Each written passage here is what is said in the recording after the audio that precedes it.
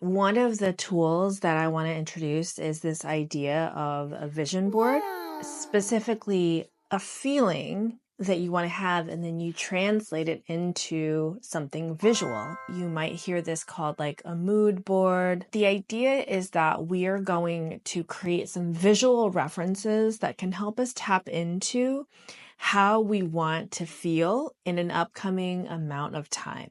I'll be honest, like I was running my business, and at the time it was like just a traditional business, meaning like I am a coach and then I would just have like clients that I would coach. Honestly, after about 6 or 7 years of doing this, where I was essentially trading my time, I was just selling blocks of hours in my day. And the only way that I was ever gonna be able to have like a really nice, healthy living for myself was if I increased the amount that I was charging.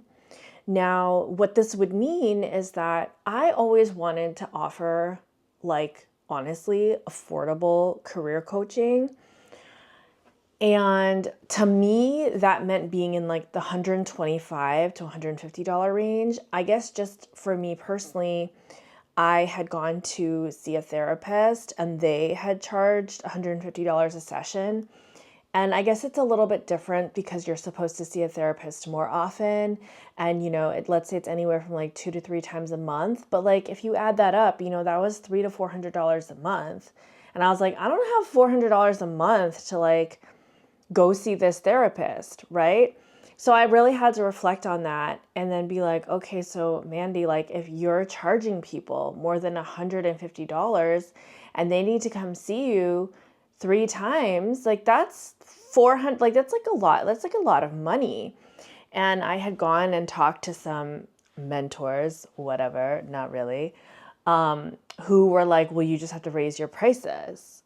And I'm thinking, okay, but to like what? What do you charge? And I'm talking to some like executive career coaches and they're like, we charge $450 to $500 an hour. And I'm thinking, okay, maybe I'm just not cool or like maybe I just don't run in those kinds of circles, but like I do not know people who are going to pay out of pocket like $400 to $500 a session.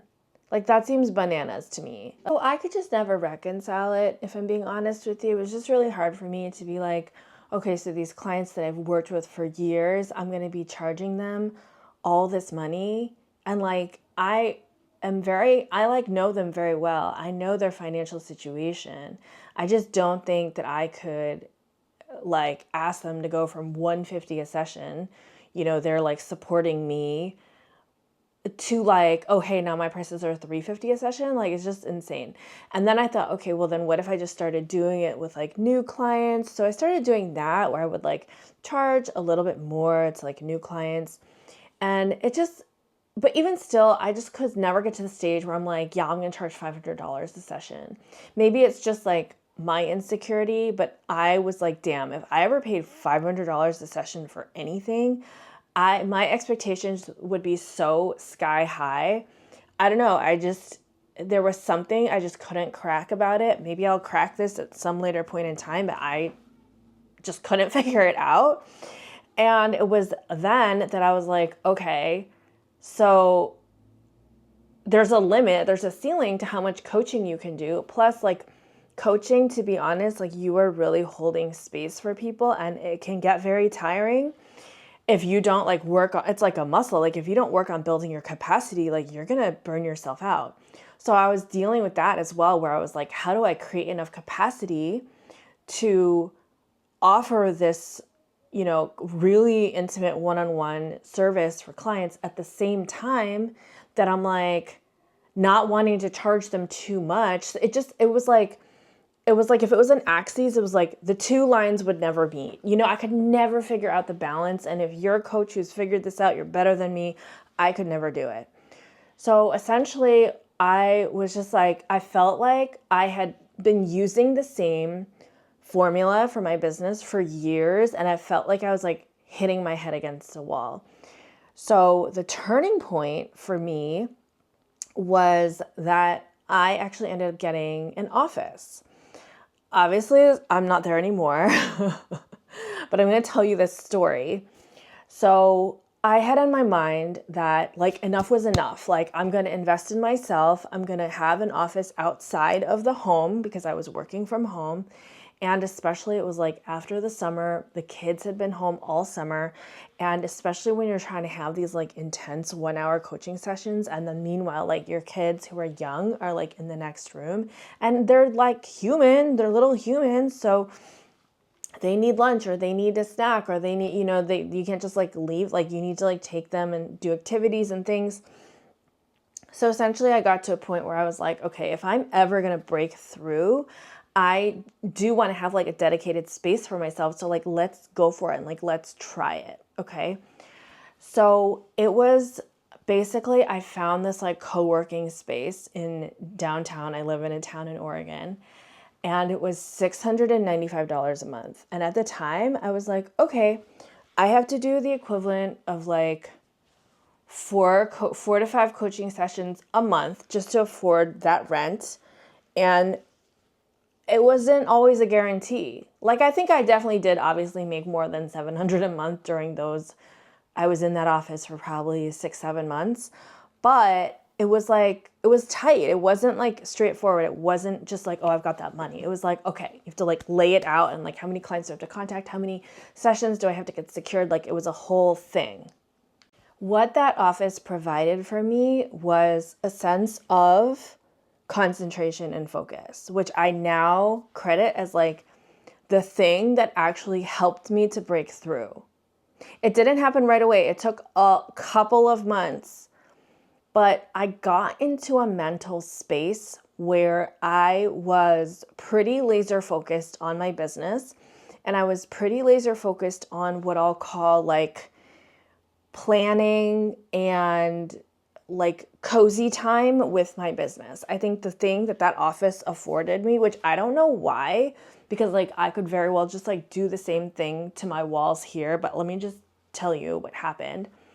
It was like my space and my space only. Like it was a tiny room. I'm talking maybe 10 feet by 10 feet, but it was all mine. And I just like covered the walls with like ideas, inspiration. I covered the walls with statistics. So it would be things like, okay, how many clients have I closed?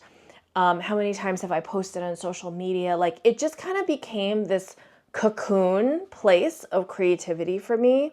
I also really want to say that it wasn't meant to be forever. Like there came a point in April of 2024 where I was like, you know what happened is I could sense that summer was coming and like with the warmer months and then the kids being out of school again, I was like, I just don't see myself like holing away in that office. There were also some annoying things about the office. Like you couldn't open the windows, which sounds insane, but like you couldn't. And like, what am I gonna, like, I am someone who in the morning, I love to open a window and get that like fresh, dewy air.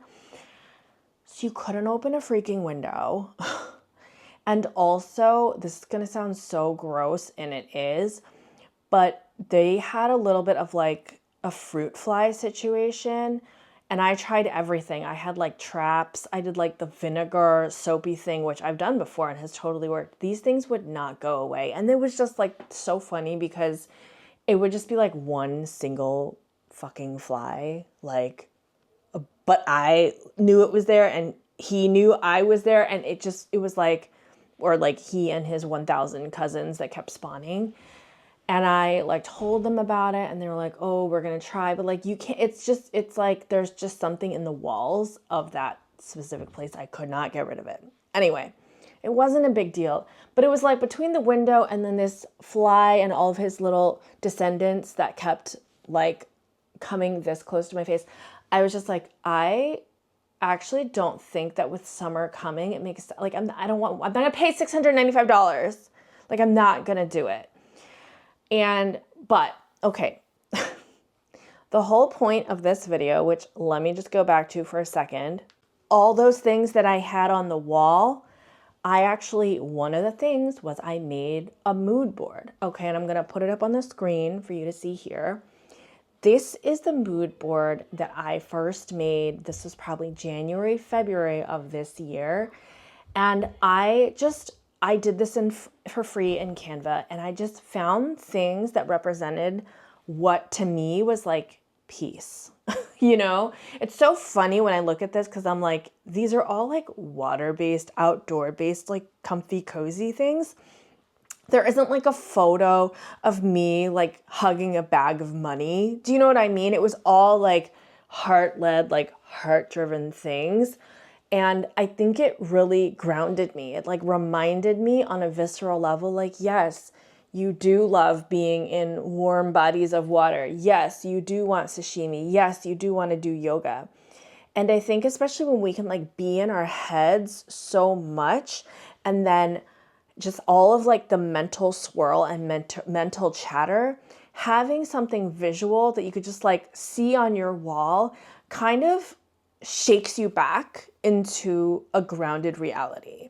Like it kind of forces you to be like, oh, right, that's what I wanted. I wanted to do this thing. I didn't want to like do all these other silly things. Like actually, when push comes to shove and I don't know what to do, go to yoga. Now I'm gonna put the second version of this mood board on the screen because I think it's really important to know that I created a copy of this mood board and then I did it again. And you will see what I love about this progression, and maybe I'll do like a side by side so you can see. What I love about this progression is that there is a progression. You can see like I got a little bit more focused. It wasn't just exercise. I put a photo of a girl doing that like scary ass rope thing because I realized I needed to sweat and I needed more intense exercise. And that was when I started to research and like get into CrossFit, for example. You know what I mean? Which is now something that I do once a week without fail. Okay, the other example is like I put a little photo of a girl recording herself because up until that point, I was like in denial. I was like, I don't want to be on social. It sucks. It drains me. Like I was so over it. And then I think I turned a corner where I was like, Mandy, like you are ready to give it your all. You're ready to be seen. You're ready to be vulnerable. You are ready to be criticized and you are ready to like amplify your voice. Like it is time. And it wasn't until this moment that I even wanted that or that I even was ready for that. You know, and then you can see like some things haven't changed, like the onsen is still there, the salmon nigiri is still there. But I also added a photo of like a little studio factory, as you can see, because this is also when I started thinking about what if, in order to trade time for money, what if I expanded into a physical product or some kind of thing that people could buy. Like, what if I could productize my experience as a coach and put that into a physical thingamajig? I didn't know at the time what it was. I didn't know that there would be eventually a journal that I would sell, or that eventually I would turn my house into a production facility. But I feel like what's so interesting is I think my subconscious knew. And I think that that is what is so clutch and so fun about this exercise. Actually, I kind of want to do it again. Oh my God, I'm just noticing there's like a woman lifting weights. Like, oh, I think you know why?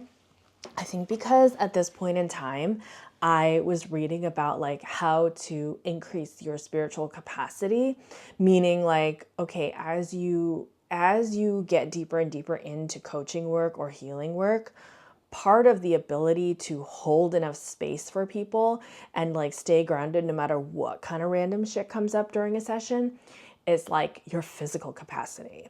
And I had a teacher who said like, yeah, she started weightlifting in order to be like a better healer. And like that thought never left my mind.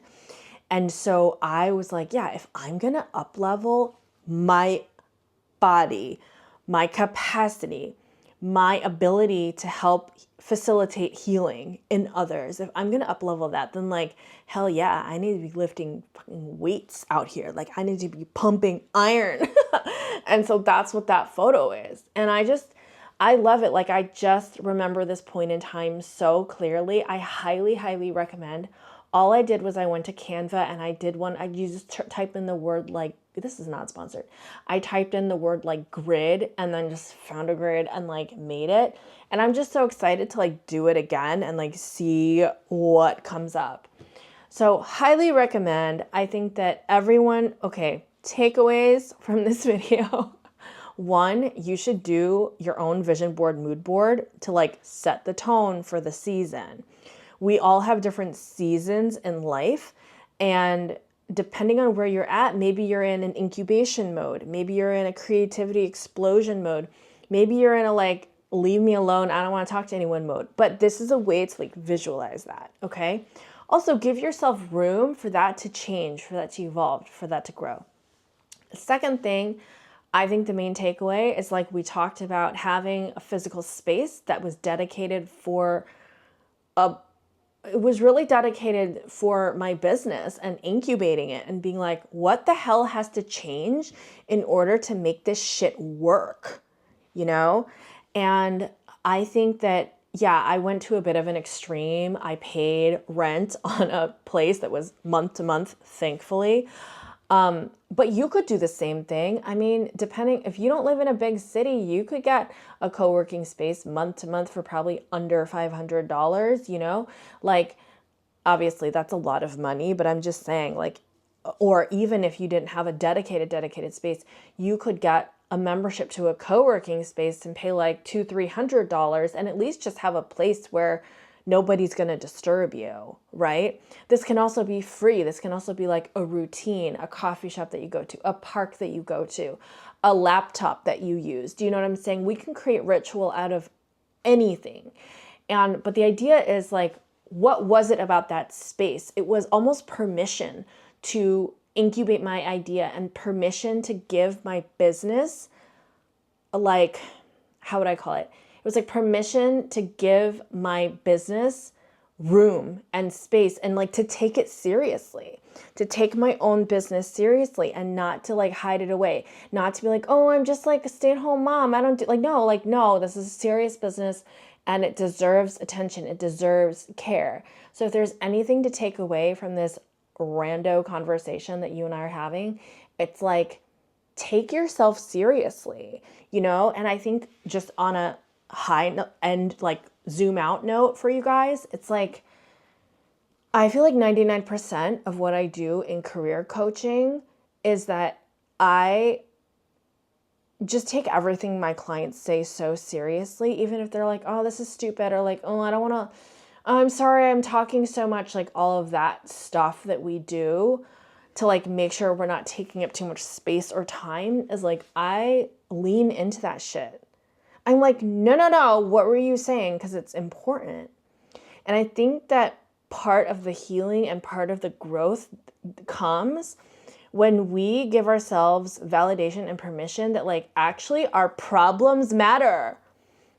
The shit that we don't want to burden anybody with, like it actually matters. And I think if you can do that for yourself, whether that's like giving it space in a journal or giving it space in a physical space or giving it space in terms of time, like every morning I'm going to go take a 10-minute walk just for myself to reflect on my own stuff because I matter and my problems matter, that can really up level and like take you so far. Okay, this is my first YouTube/podcast that I have ever done. Again, this is something I've been thinking of doing. It's an experiment. I kind of love it. Let me know what you guys think. What do you want to see more of? Please comment. One of the things I love about TikTok, if you've seen me on TikTok, you know I'm deranged. But one of the things I love about TikTok is like people are just so free with their thoughts and comments and shares and like just will like tell their whole life story in the comments. And I'm like, I live for that. I love that. I read everything. I'm obsessed. I try to be responsive and I just want to like see this puppy grow. So thank you so much for listening and have a wonderful week. Bye, bitches.